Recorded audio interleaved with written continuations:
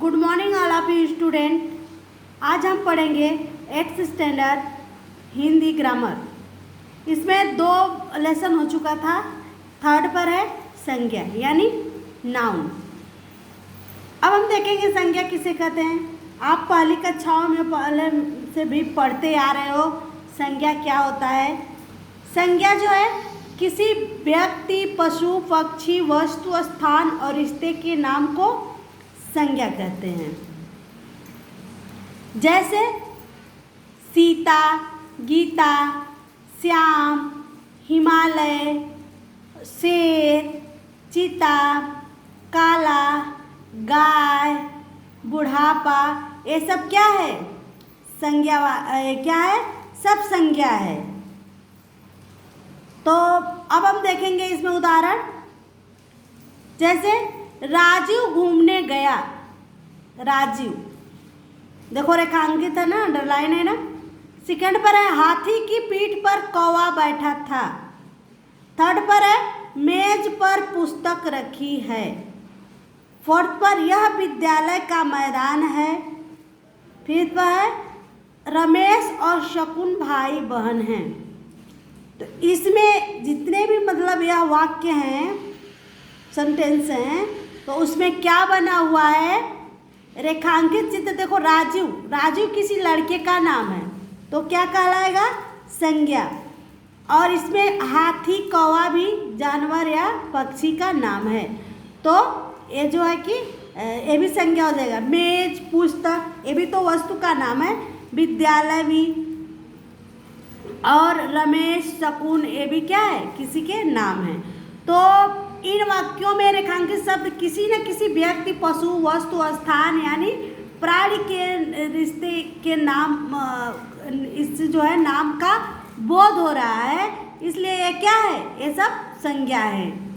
ठीक। अब देखेंगे संज्ञा के प्रकार। संज्ञा कितने प्रकार के होते हैं? संज्ञा के 5 प्रकार हैं। फर्स्ट पर है जातिवाचक, व्यक्तिवाचक और भाववाचक, समूहवाचक और द्रव्यवाचक। संज्ञा कितने प्रकार के होते हैं? 5 प्रकार के। 5 प्रकार के कौन कौन से? मैंने अभी आपको बताए कि जातिवाचक, व्यक्तिवाचक, भाववाचक, समूहवाचक, द्रव्यवाचक। अब हम पढ़ेंगे पहले कि जातिवाचक संज्ञा किसे कहते हैं, इसकी परिभाषा क्या है। तो जातिवाचक संज्ञा है जिस संज्ञा से पूरे यानी किसी वर्ग के पूरे जाति का बोध होता है उसे क्या कहते हैं? संज्ञा कहते हैं, यानी जातिवाचक संज्ञा कहते हैं। किसी संज्ञा के या उसके पूरे वर्ग या पूरी जाति का बोध होता है वह क्या कहलाता है? जातिवाचक संज्ञा कहलाता है।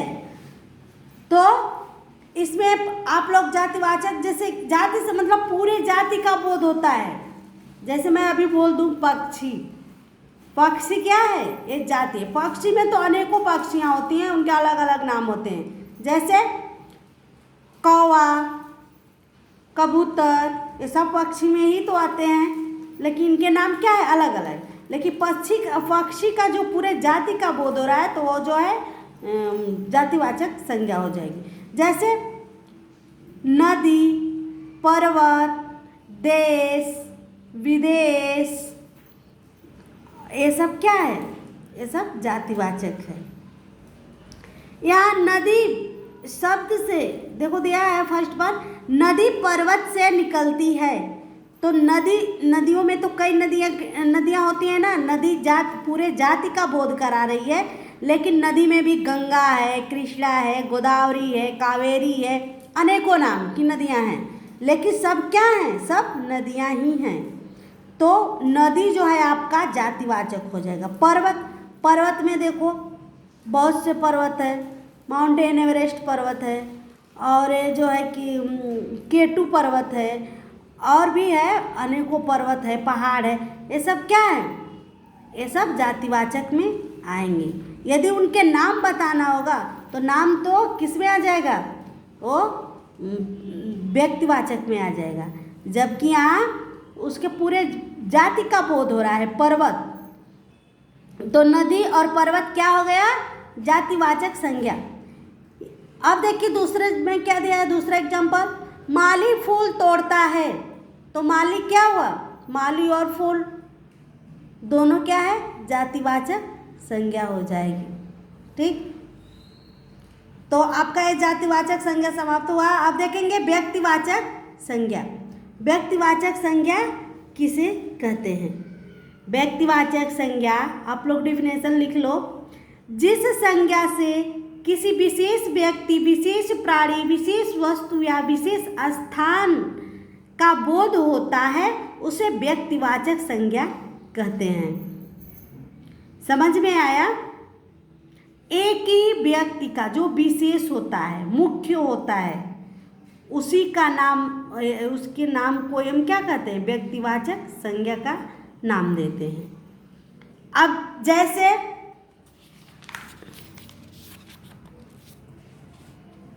जैसे क्या है, छत्रपति शिवाजी, लोकमान्य तिलक, महात्मा गांधी, जवाहरलाल नेहरू, इंदिरा गांधी, भीमराव अंबेडकर, चेतक, शेरा, हीराराम, यानी इससे नाम से संबंधित नाम है, जैसे गंगा, यमुना, गोदावरी, मुंबई, दिल्ली, या बदलापुर को भी ले सकते हो, ये भी तो किसी स्थान का नाम आ रहा है ना। तो ताजमहल, अजंता, एलोरा, भारत, चीन, जापान।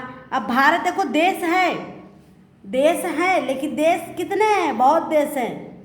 तो हमारे देश का क्या नाम है, भारत। आप इसका एग्जाम्पल ये भी कर सकते हो, क्या बोलते हैं, व्यक्तिवाचक संज्ञा का उदाहरण लिख लो 2-3 कि हमारे देश का भारत नाम है।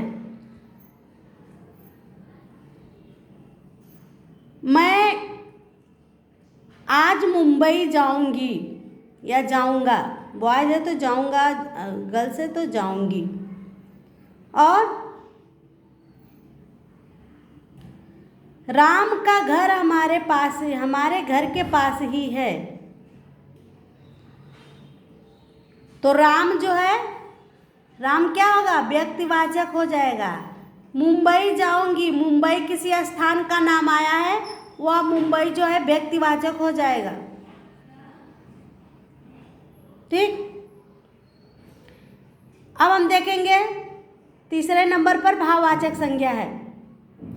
जिस संज्ञा से, इसकी भी परिभाषा लिख लो आप लोग, भाववाचक, भाव जुड़ा होता है। जिस संज्ञा से किसी प्राणी या वस्तु के किसी गुण, भाव, अवस्था या दशा का बोध होता है उसे भाववाचक संज्ञा कहते हैं। जैसे गुण, भाव, अवस्था, तो किसी का गुण जो है सुंदर होता है। जैसे हम बोले सीता बहुत अच्छी लड़की है, क्या है, अच्छी लड़की है, तो अच्छाई जो उसका क्या है, गुण है, तो अच्छाई को अंडरलाइन करेंगे, ये कौन सा आ जाएगा, भाववाचक। राम एक प्रतापी राजा थे, तो प्रतापी भी उनका गुणवास्ता में आ जाएगा। और जो है, अब यहाँ भाव में देखो, सुख, दुख, हर्ष, उदासी, प्रेम, घृणा, आश्चर्य, ये सब क्या है, भाववाचक, भाव में ही आएगा। अवस्था, बचपन, मेरी बचपना अवस्था है, अब बुढ़ापा आ गया है, तो ये सब क्या है, बुढ़ापा, बचपना, जवानी, ये सब भी भाववाचक है। दशा है, दशा क्या कहते हैं ना, अरे हमारी दशा बहुत खराब है, मैं बहुत गरीब हो चुका हूँ, तो गरीब दशा में ये भी क्या होगा, भाववाचक में। मैं बहुत बीमार हूँ, बीमारी से लेकर के, यह सब भाववाचक संज्ञा है। तो ये सब आपका ये एग्जाम्पल हो गया और एक कंप्लीट भी हो गया। फोर्थ पर देखेंगे समूहवाचक संज्ञा। समूहवाचक संज्ञा क्या होता है वो भी देख लो। जिस संज्ञा से प्राणियों या वस्तुओं के समूह का बोध होता है। अब इससे क्या है, प्राणी के समूह, ग्रुप से संबंधित है। समूहवाचक संज्ञा उसे ही कहते हैं कि जिस संज्ञा से प्राणियों या वस्तुओं के समूह का बोध होता है उसे समूहवाचक संज्ञा कहते हैं। जैसे भीड़, सभा, दल, सम्मेलन, मेला, बाजार, मंडल, टोली, गिरोह, झुंड, गुच्छा आदि, ये सब क्या है, समूहवाचक में आएगा। परिवार भी आ जाएगा, जैसे मेरा परिवार बहुत अच्छा है, तो परिवार क्या होगा, समूह को, व्यक्ति के समूहों को मिलाकर के, तो सदस्यों को मिलाकर के ही तो परिवार बनता है।